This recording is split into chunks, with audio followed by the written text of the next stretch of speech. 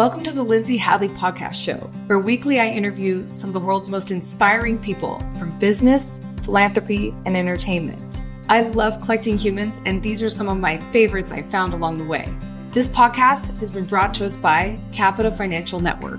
Do you need help with the next steps of your financial plan? Think Capita. Capita is a financial network built around you. They have a team of financial advisors, CPAs, estate attorneys, Medicare providers, and Social Security experts to help you accomplish your financial goals.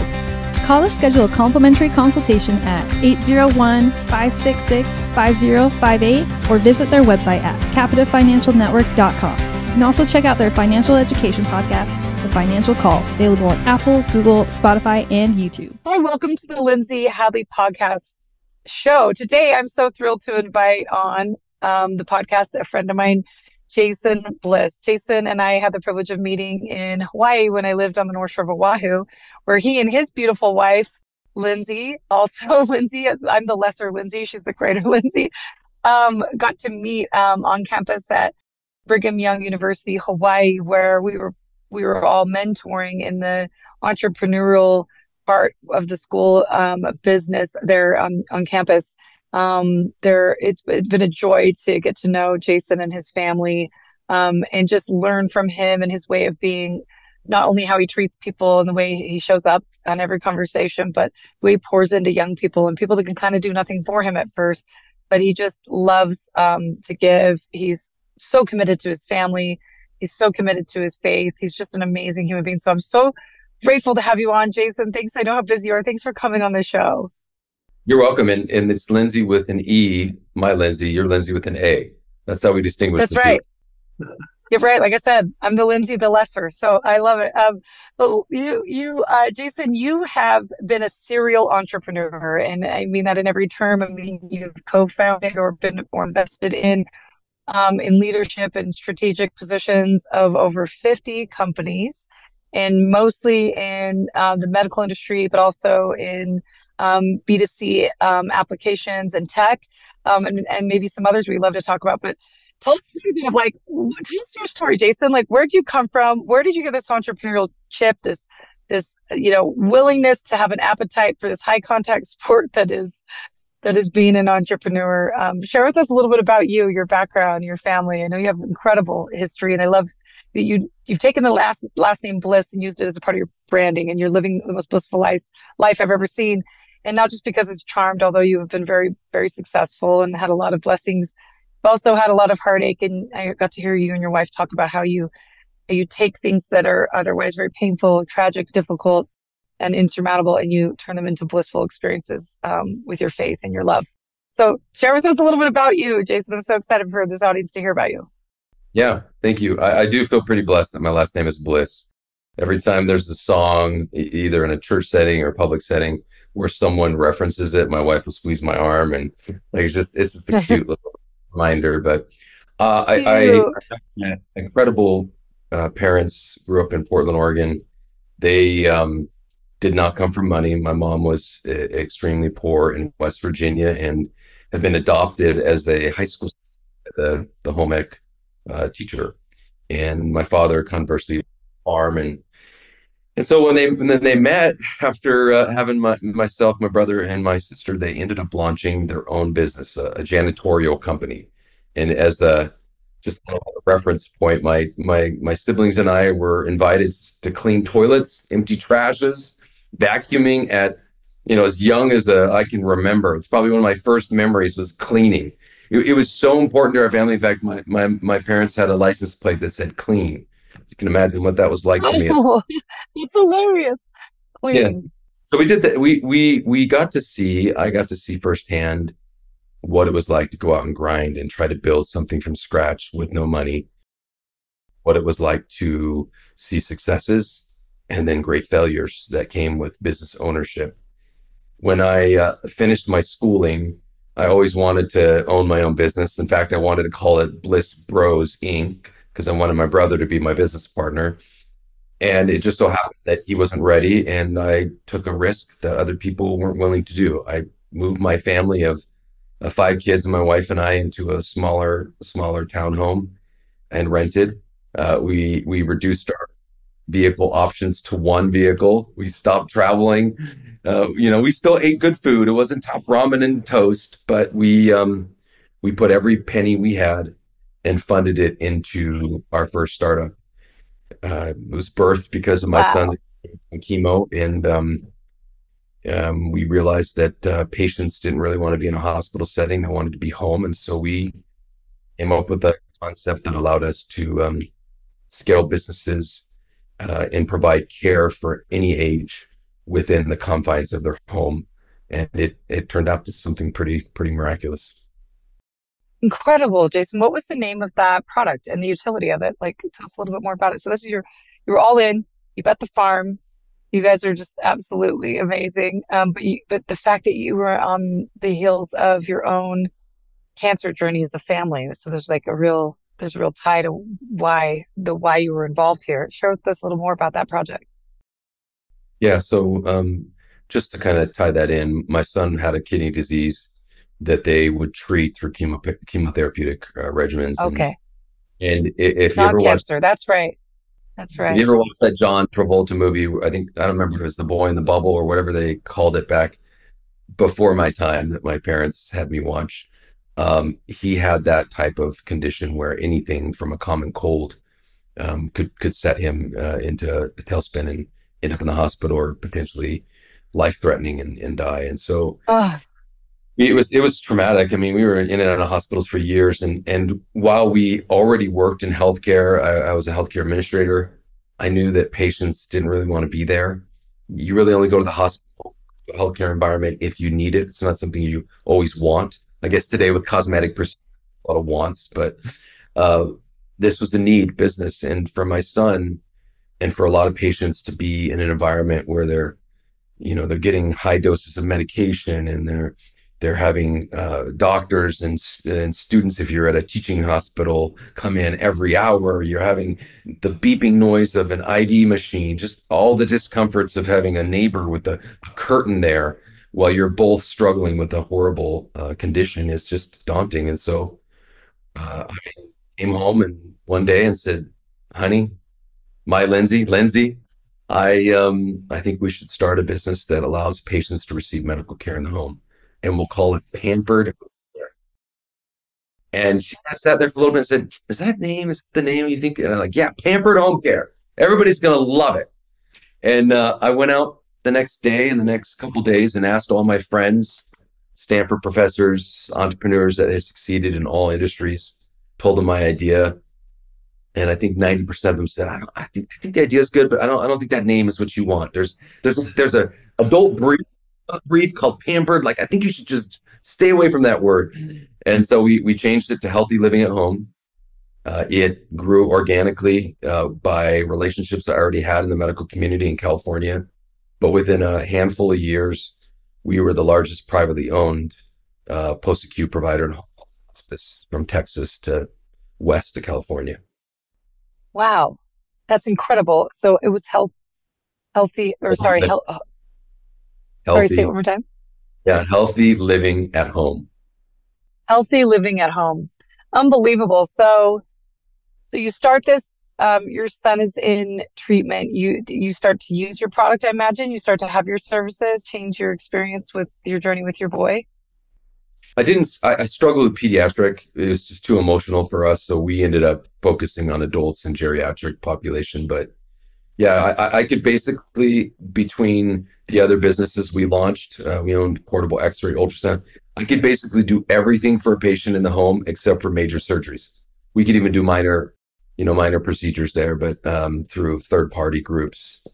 It was great, guy. I mean, our satisfaction, patients love it. We had a few thousand employees that were actively engaged. It was wonderful. So it was your first startup and you had an exit. You were successful the first try, step up to bat and had a home run.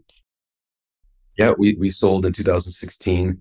It was a unique adventure to bring on outside investors because I had self-funded from the little money that I had made early on in my career and just kept putting the cash back into the business. So I don't know if it was the most successful venture post-sell, having a couple private equity firms involved. But It did get an exit for a lot of people, and allowed them to go off and do some things in their career. Amazing. Well, Jason, thanks for being on this podcast. And if most people are going to be listening, but if anybody is watching, I'm in my car. I came late from another meeting, and I'm thinking about you in startup mode with the wife. How many kids? You have 4 kids, right? We have 5 kids. 5. And so at this time, how many children did you guys have that you're carrying while you're also Yeah, giving birth to the we had startup? all 5. We had all 5, Okay. we're pretty unique because when we grow new businesses, or I would go around the U.S. and find a company to invest our capital in, my whole family came with me the entire time. We would Amazing. travel. They've lived in I don't know how many of the states. They've traveled to over 50% of them. We would stay for 2 to 3 weeks at a time, have private tutors, and establish a new business, move to the next one, move to the next one. So it was pretty. We were nomadic. We were very nomadic. Yes, which I understand. And the reason why I'm bringing that up is like, as a working mom, I go from meeting to meeting. I'm trying to juggle all these balls. It's like integrating business and life. Can you give, our listeners any ideas? I mean, 50 different businesses. I mean, that's prolific, Jason. I mean, you even said maybe 70, 75. You're being conservative. Tell us a little bit about, how you feel you've done that well, and what are good tips that, when you're trying to do it all. I mean, it's really like an all-encompassing theme, trying to build a business. It's not for the light of heart. Um, is it just that you brought them with you? Is it that Lindsay was all in too? Is it that your kids had an app, an aperture where they were okay in that temperament? I mean, you had a kid with, I guess, in some sense, special health needs, and you're still doing this gypsy life. Share with us, what are the secrets or hacks you learned? Well, you better be comfortable being in a minivan for hours upon days, weeks upon months with 5 young kids, because it was while you're juggling and taking conference calls. We are a very close family. I think our son's condition brought us closer together. There was a moment where it was fractured. I think Lindsay and I could feel the tension of not knowing how to help this child that that you've brought into this world. You eventually blame other people. Sometimes if you have a higher faith, you blame God. Other times you blame yourself for others. And I think we went through that phase of just really having a lot of doubts, to the complete opposite. My family ended up all best friends. All of our children have interests in living close to us and starting businesses together. Our children love entrepreneurship. They've eaten, sleep, drink, or however they say, however that statement is, entire lives. And Yes. so for me, how did I do it? Having my family with me was paramount. I met and cared for some of the most influential people in the U.S. People we all read about and hear about, and many of the billionaires. And what I found consistent is that they weren't always happier than those with less, and their relationships weren't always better. And what I found from a lot of the correspondence, because I would interview them, is that they spend a lot of time on the road, or times at the office away from their family. And my marriage, my relationship with my kids will always trump anything I've ever done professionally. So I didn't want to be that guy. And thankfully, Yeah. Lindsay was that girl. She's like, I'm adventurous. Let's do this. Let's get on the road. Let's live in So suitcases. great. It's so great. And you guys just barely got back from a trip. So you owned a home in Hawaii for a little bit, were stationary there, but then sold it. And you tell us a little bit about your situation now, because you just were traveling through Europe. I mean, you're still living the gypsy life, even when you've had all of the exits, all of the economic return. Like, you don't have to be continuing. So you must like being on the roam. You guys must enjoy that that gypsy style. Yeah, we get teased a little bit about that in our family too. Everyone would love to know where we're at. It's like, where in the world is Waldo? It's like, where in the world is JPB, my initials? And so finally, I'm like, okay, mom, I'm going to share my location. You'll know where I'm at anytime, anywhere in the world. It is something that I think we as a family love. I don't think all my children will follow suit. I think they'll probably find one location to live and stay there. but we have been every 4 or 5 years adventurous in relocating our entire family to a new area. Hawaii being one, certain areas of California, Washington, to Bentonville, Arkansas. We'll probably be in Florida. We might be back in Hawaii at some point. And while we don't need to do it necessarily to build businesses for having financial freedom or autonomy of our Yeah. time, we do it because we love creation. I've always believed that we were born to be loved and to create things and to create businesses. Well, I think what makes us different than most is that I try to go out and find an operator and people that can drive the business and sales. So both components, and I give them equity or ownership in the companies that I launch and let them manage it independently. And so you asked the question earlier, how did I do this? How do I continue to do this? I couldn't do it on my own, and I wouldn't want to do it on my own. Surrounded myself with really talented people and then local talent that would own and operate it and help scale it for us. So I guess it's I'm taking what I do well and I'm hopefully infusing that in other people and then letting them replicate it in new markets. That's so cool. And, what do you think? What you must have learned so much about investing, having tried so many times. I've invested in venture capital, and I know the returns are like 7 to 10 years out sometimes. And I'm not even talking like a VC fund, like directly into someone I believe in and something they're doing. What are kind of the principles or your thesis of investing that you might want to share to our listeners that might be helpful? Because you've got your 10,000 hours, Jason. Like, help us, Obi-Wan Kenobi. Like, help us. Yeah, love that. Obi-Wan Kenobi, I'd feel special here. That's one of my favorite characters. Oh, I would I've been like you. I am actively involved in investing with a private equity and venture a VC firm. And just indicated, it's really tough because you go in and you put in sizable cash and you think that you might get it in a short period of time when you might be in this for 7, 10 plus years. And so I've had to be very strategic about what I do with my capital. I don't put it into, a third party to invest 100% of it. I don't try to be a genius on stocks and get on Robinhood or any other website or app and try to invest it on my own. I don't focus exclusively to VC or PE firms, although I do fund a considerable amount of my family's capital into those. I try to find to blend all of that together, businesses that can yield returns every quarter. And therefore, if I don't sell 5, 7, 10 plus years, it doesn't impact the ability to have regular income flowing in and allowing me to take that regular and invest it into other things. Well, so So, it's well, it's involved. okay, but you're starting a lot of them, you're co-founding them. So it's not like the Cody Sanchez model where she finds boomer, boring businesses, B2B, plumbing company, electric company, somebody's making a door handle, like, and they're just trying to be true for 10 years. Are you investing in all startups? It's all angel? It's all, or is it a diversification on your portfolio?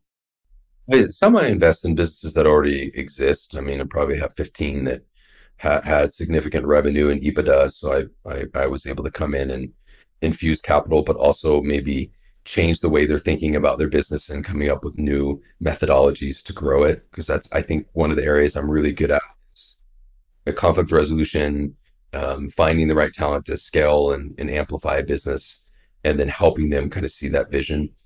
And then I bring in people that are incredible operators that are better than I ever was, that love doing, want to sit in meetings all day long and look at spreadsheets, which I don't. Yeah. So I do find businesses, I don't know if I would call them boring because most of the things I invest in are really unique and different. Like I invested in this one sports media company with a few music artists and NBA players and just some outside investors. And that was really fun because I'm a big basketball fan, right? And some of my favorite basketball players. Yeah. Well, I invested in this one guy's idea, a collegiate athlete who came up with a way to help individuals build credit through our subscriptions, Netflix Amazon Prime, whatever it might be. So you're not having to, as a new student, a new adult, a younger adult, figure out how to build credit when you can't afford a car. Oh, that's And cool. so, That's a cool all these, idea. yeah, and they're not, those aren't my ideas, but I got to invest and get behind them. And so I think for me, I probably look for companies that are unique, that are different, that are fun, that might change the industry in some fashion, wherever, whatever they might be as a focal point, and get behind them. Cool. So what are the things you look at for a good operator? And if you've either invested in an existing business that's churning out revenue or when you start to find a partner, what are the qualities or like are there any like archetypal, like, okay, they've got to be this when you're betting on a jockey like that? Definitely. I do believe in finding someone that has strong ethical background that cares about individuals. I mean, my partners and friends and colleagues in the industry will tell you they've never seen me lose my crap. They've never seen me scream or yell, swear at someone, freak out if someone resigned, even if they were of significant value to the business. I just try to be the type of person I would be at home and who I would like to, you know, have someone speak and correspond and communicate with me in similar circumstances. And so I think that's really important. I tell people that in the beginning.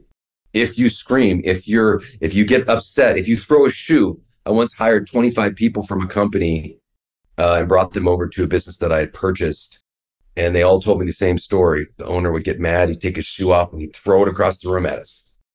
This is not that Yikes. long ago. Like this is in the 2000s. That's petty, Oh, bad. horrible. And that was like scratching the surface on the allegations they had. But the point being, no one will work as an operator or a partner with me if they can't learn to be respectful and kind and ethical and do the right things and be honest and just decent.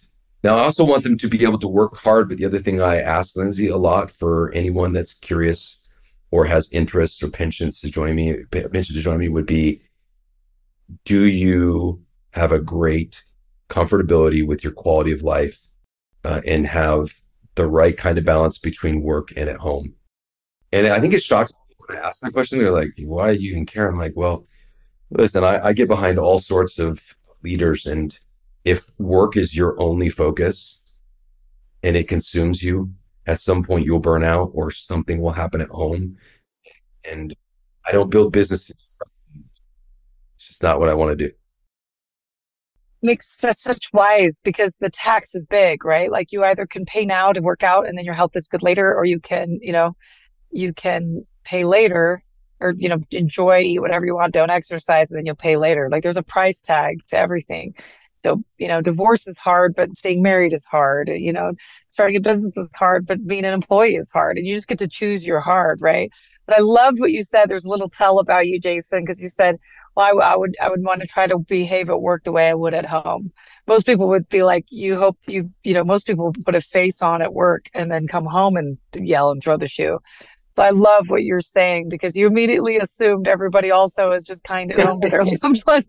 I love that that's your purview, that's your sentiment and your belief system and come from.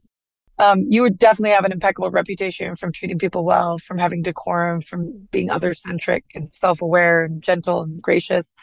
You've always treated me so well, my family. And how do you handle when people come to you now that you're a known, successful, high net worth guy? You're known to be generous. You're known to invest in projects. You are again very generous.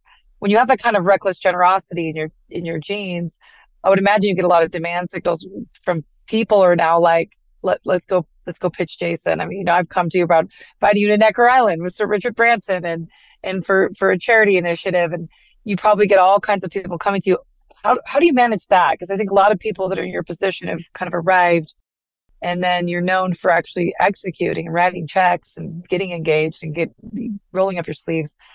How do you kind of protect your time from not just getting constantly pitched? And how do you protect your inner sanctum of who your friends are and how you navigate these people so you don't feel it's transactional, you don't feel like an ATM? What advice can you give people? Well, it happens every day. And I am that type of personality where I never wanted to succeed in life and then forget about where I came from. Remember, I'm the kid in the clean mobile.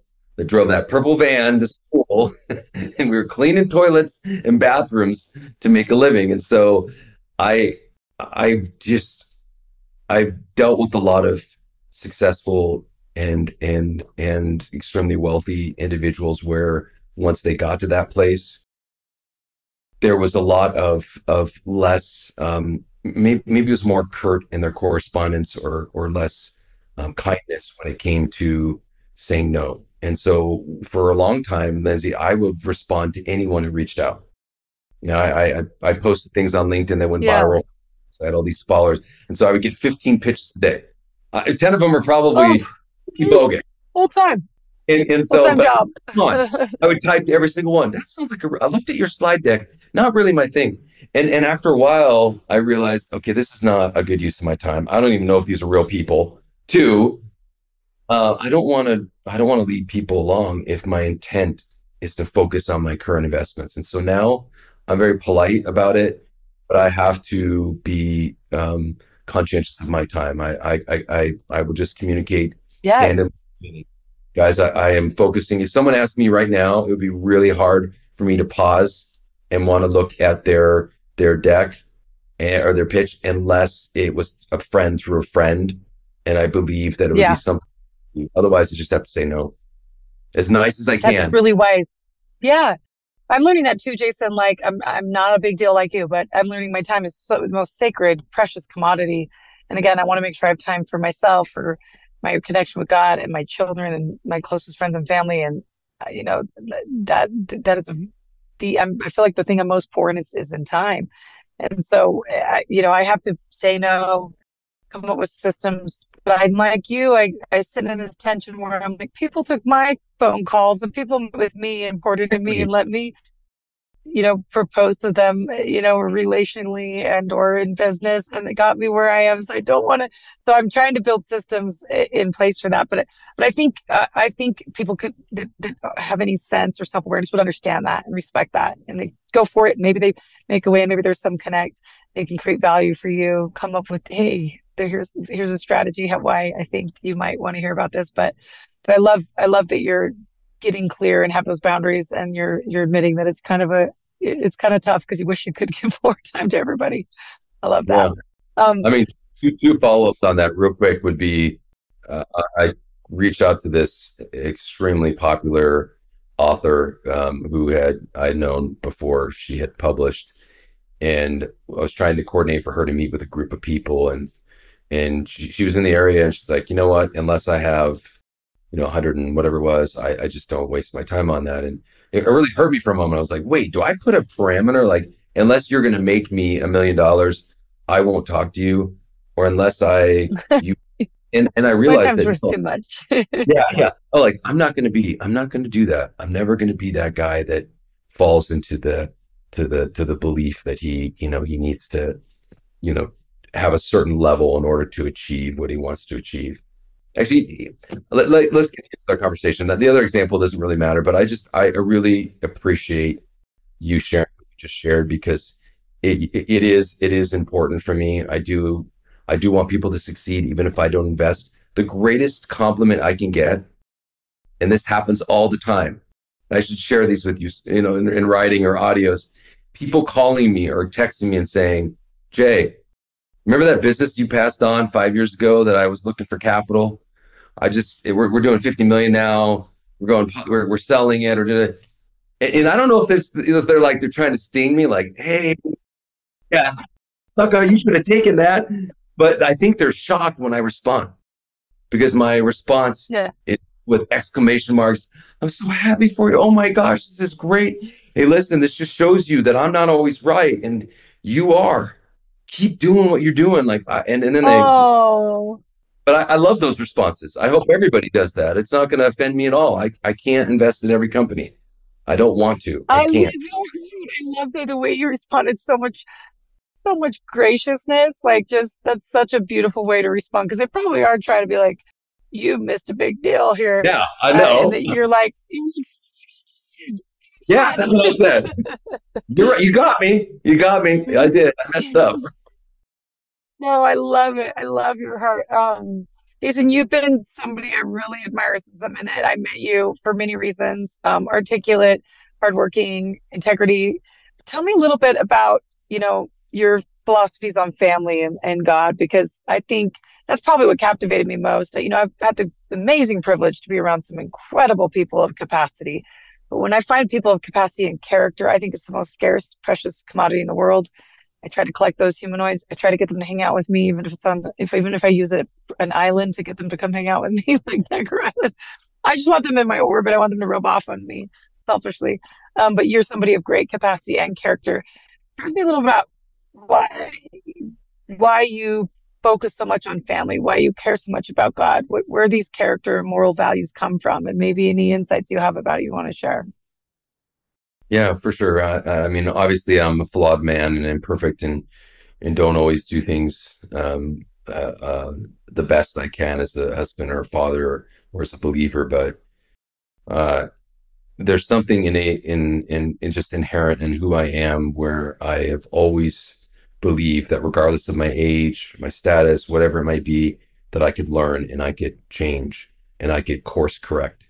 I have these moments all the time. In fact, I was just on a walk recently and thinking about an attribute. I was like, I want to be that guy for another 40 years. That particular attribute.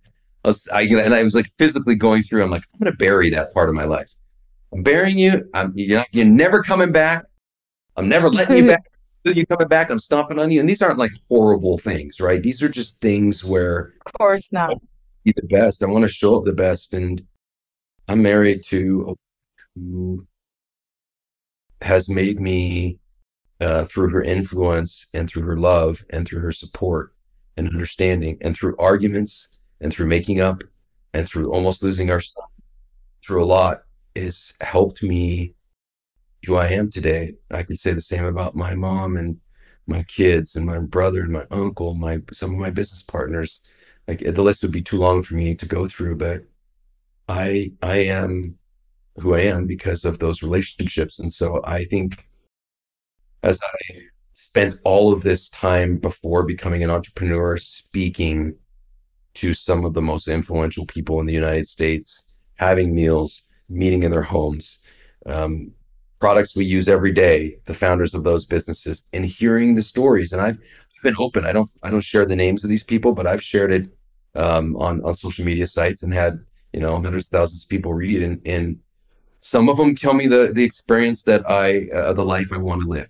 I want to be that guy. I want to be the guy who is with his wife, holding her hand till the very end, that has complete trust and faith and love amongst each other. I want to be the one where my children, they they they they have fond, loving memories and know that as an adult, I'm still going to be there actively available and in their life. And if financial freedom helps me, great. But I was just as happy and content and loving and cherishing my relationships at home when I had nothing. And so it's not the difference in my pay scale that changed who I am. I think it's the way in which I was raised and the way in which I am loved at home. I want to reciprocate it. As far as my faith, I mean, I'm very open about that too. I want to make decisions that honor the desire to do what's right, just good human principles of kind of infused and shared today. But yeah, I really appreciate you saying all those nice things. It's gonna make me feel great when I get off this call. So thank you for saying those nice comments about me. Oh, Jason, you'd have to be totally blind and not see how special you are. I can't fathom anyone missing what a good person you are. But I'm so grateful for your light in my life, and I'm, so grateful for there are people like you. It just gives me encouragement and hope. I love people that are wired like you. I don't know why some people in their pain, like hurt people, but healed people heal people. And the way you and your wife and family live out your lives, like it matters. It like permeates space and time. It deeply influences people. So thank you for being you. I know we're kind of wrapping up maybe our last little question here, but Jason, um, with all you've learned in business, with all you've accomplished, with all the failure and the stress and the juggling and the modality that can be business and making us become a better person and self-actualizing. what do you hope most that you could like pass to your kids? Because they've got this entrepreneurial chip and they're going to go after their dreams. They're going to go build things and create, and they're going to go on their journeys and they'll become the protagonists of their story. What could you give them? What's the elixir you can give back from what you've all learned so that they don't have to maybe learn what you learned? They don't have to touch the fire to know that it's hot. Is there anything you would leave them as like, hey, these are some profound truths like that as you walk on your walk, please take these tools and use them? Yeah, for sure. And I have likely shared this in other interviews or on in things I've written before. But I think if you were to sit here and talk to my children and actually ask them that question directly versus what I had hoped to leave them, they would give Yeah. you some similar feedback. They'd say, my dad taught us to love unconditionally. He was bridging gaps that even faiths weren't willing to do 20 plus years ago on who his business partners were, who he worked with, what faiths he interacted with. I've got family that everything from that are practicing Muslims to the LDS faith on the other side. Like I've got all the different types of people. The other thing they would tell you is that he's taught us the principle of never giving up. I have struggled through chronic health conditions that I don't talk about as often. I've had surgery, spliced open here, stitches there, extra weight after having nerve medicine. And the thing that I've realized is that we, specifically for a lot of men, but we aren't as vulnerable to other humans as we'd like. We give this fake social media presence. But for me and my family, they know that the fact that I'm vulnerable with my children and I tell them about my life and I tell them about my struggles, the fact that I'm vulnerable with my wife, the fact that I reach out to other men and have them reach out to me if they're struggling through a chronic pain, illness, or they've had suicidal ideation, whatever, and then I'm willing to talk openly, that is the greatest attribute I could leave my kids. Whether they're successful financially or professionally or doing something they love and making less, if they can learn those principles that I hope they've seen and observed in me, their life is so much more meaningful and so much more rewarding. That's so beautiful, Jason. Thank you for your words of wisdom, for being such a rock star. Thanks for coming on the show. And we just give my best to Lindsay and the crew. We just love you so much. Thanks for being such a blissful guest. Yes, thank you. All right. Have a wonderful week. Bye-bye.